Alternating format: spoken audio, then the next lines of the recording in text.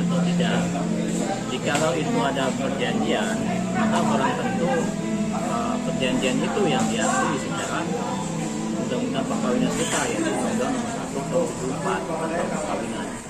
Nah, terkait dengan persoalan perjanjian pranikah itu memang diatur di dalam pasal 29 Undang-Undang Nomor 1 Tahun 74. Kemudian dijunturkan dengan Mahkamah Konstitusi, putusan Mahkamah Konstitusi nomor 69 tahun 2015. Itu terkait dengan perjanjian pranikah. Apa itu yang dimaksud dengan perjanjian pranikah itu?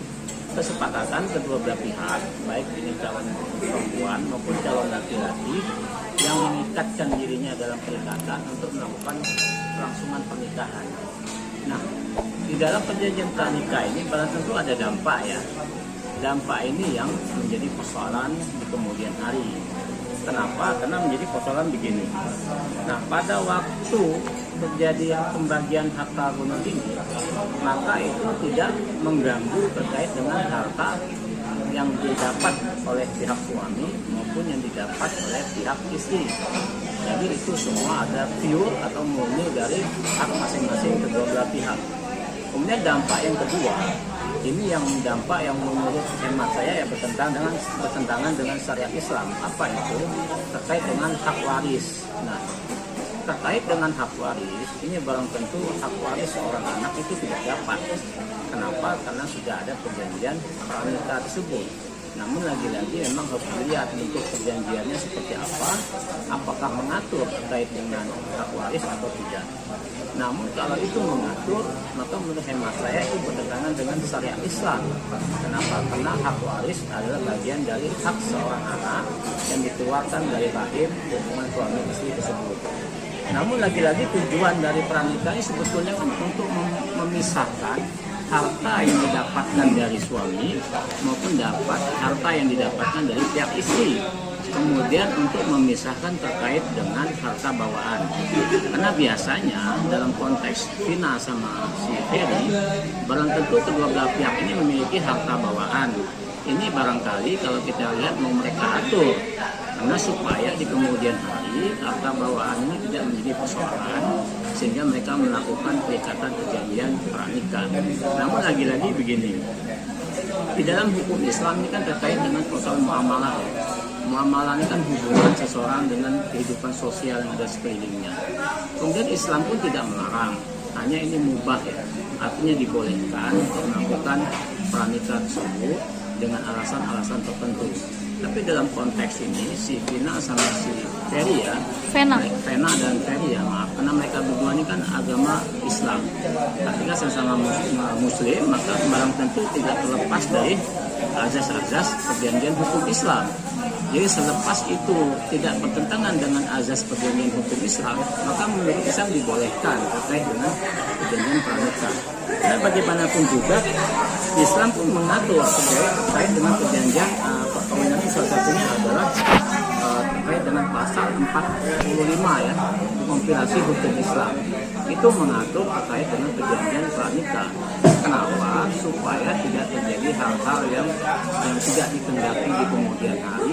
Umpamanya itu bentuknya contoh lah, seperti umpamanya terkait dengan Islam tidak melarang ya kalau ada poligami kan begitu. Kenapa diatur dalam hukum Islam terkait dengan perjanjian pranikah? Supaya antara hak istri pertama, kedua, ketiga, ataupun sampai maksimal 4 itu bisa diatur, sehingga disitulah azas keadilan yang menurut Islam bisa dicapai secara berkelanjutan dalam mengikuti perkembangan hukum. Memang di zaman Nabi tidak diatur terkait dengan perjanjian, tapi dengan perkembangan ada namanya istilah hukumnya kias ya. Kias itu kan perkembangan hukum yang sesuai dengan keadaan sosial saat ini, dan itu memang diperlukan karena bagaimanapun juga secara legal formal itu memang dibolehkan. Tapi lagi-lagi dampaknya harus dipikirkan. Nah, kalau terkait dengan konteks pasal 37 ya, pasal 35 ayat 1 Undang-Undang Perkawinan terkait dengan harta bunuh diri ya, ataupun harta bersama, itu kan diatur mengenai dengan perjanjian pasal 35 kompilasi hukum Islam ini mengatur terkait dengan harta bawaan. Jadi kalau seandainya Vina dan si Ferry mereka tidak memiliki hak perjanjian pranikah, maka mau tidak mau mereka tunduk terkait dengan pasal 35 ini. Kompilasi hukum Islam. Kenapa? Karena pasal ini mengatur terkait dengan pembagian harta gonogini ini, yang mana pembagian ini harus dibagi dua. Artinya, meskipun harta ini didapatkan dari jerih payahnya si Vina maupun jerih payahnya si Ferry, maka itu dihitung tetap dibagi dua. Tetapi kadang-kadang pengadilan agama melalui majelis hakim dia tidak melihat saklek terkait dengan pasal 35 ini, karena pasti akan berkembang melihat kondisi real seorang istri, kemudian kondisi real seorang suami, dan juga anak-anaknya. Apakah nanti bisa dibagi dua atau tidak? Ya, namanya hakim kan dia selain melihat legal formal suatu peraturan perundang-undangan, dia juga melihat terkait dengan keadaan ataupun azas keadilan yang ada di keluarga itu. Namun secara legal formal itu membagi dua.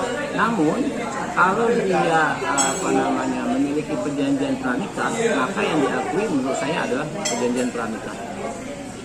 Asumsikan bahwa Ferry di dalam perjanjian itu mengatakan bahwa dia mengikhlaskanlah, artinya dia tidak menuntut apapun dari harta yang di dalam tersirat dalam perjanjian itu. Menurut saya itu, hemat saya, harus betul-betul sesuai dengan perjanjian itu. Nggak bisa dia keluar dari perjanjian itu. Kalau memang Ferry mengatakan begitu, ya tetap konsekuensinya dia tanggung. Hanya tergantung nanti itikat baik dari si suami si Vina, ya, apakah dia ikhlas melihat seorang Ferry yang konon katanya tidak bekerja, tidak ada penghasilan, apakah dia ikhlas sudah hidup beberapa tahun kemudian tidak dikasih apapun. Nah, menurut saya ini lebih kepada kemanusiaan dan keadilan, ya. Maka hemat saya memang selagi orang itu memiliki kesalahan, paling tidak dengan jangan dihukum begitu berat sehingga dia harus kesulitan menghadapi kehidupan. Maka sisi kemanusiaan harus dikedepankan. Maka hemat saya, kalaupun itu menjadi persoalan hukum di pengadilan, feeling saya pasti hakim tidak akan mengabulkan sesuai dengan perjanjian itu. Pasti hakim ada sisi kemanusiaannya, tetap pasti akan dibagi sesuai dengan keinginan ataupun harapan dari si Ferry kalau itu masuk pengadilan.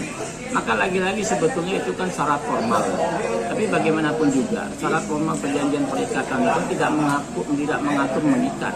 Tapi yang menjadi persoalan adalah pada saat fakta persidangannya dan keadaan sidang yang akan terus berjalan. Jadi kalau fakta persidangan mengatakan bahwa itu benar, tetapi kalau keadaan sidang, kondisi sosial, kondisi keluarga tersebut, dampak terhadap anak, maka itu bisa jadi hakim mengakomodir keinginan si Ferry. Maka lagi-lagi tidak saklek, tapi bagaimanapun juga kalau sudah ada perjanjian pranikah, maka hukum Islam dikesampingkan selagi itu tidak bertentangan dengan syariat Islam.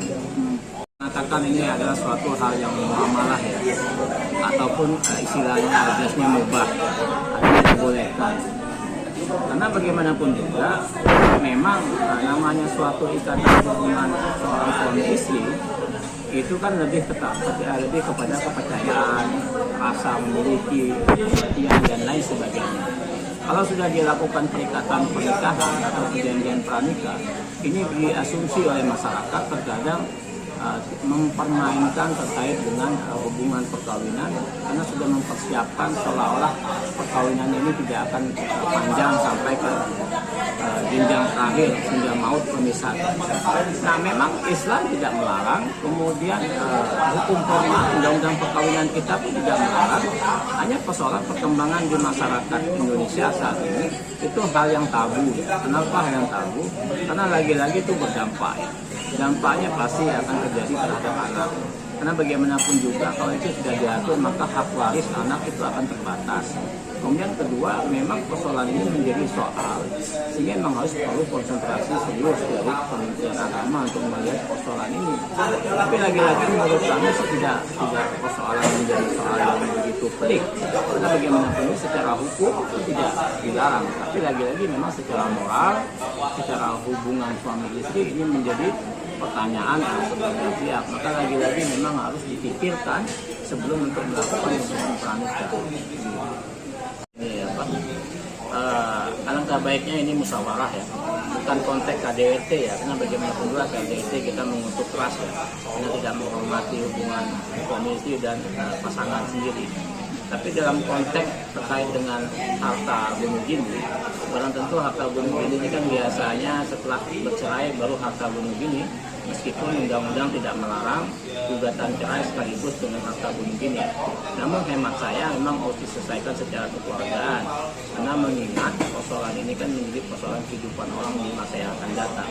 Biarlah publik menghukum si Feli ini terkait dengan kekerasan KDRT, tapi jangan dihukum lagi dengan kehidupan sosial dia yang lain.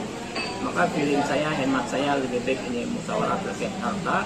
Ya bagaimanapun juga meskipun sudah ada perjanjian perikatan, paling tidak kalau ini masuk ke gugatan pasti hakim tidak akan memutuskan sesuai dengan perjanjian pernikah. Karena tentu nanti hakim akan berpendapat lain, melihat keadaan sosial, keadaan kemanusiaan, dan juga keadaan real dari seorang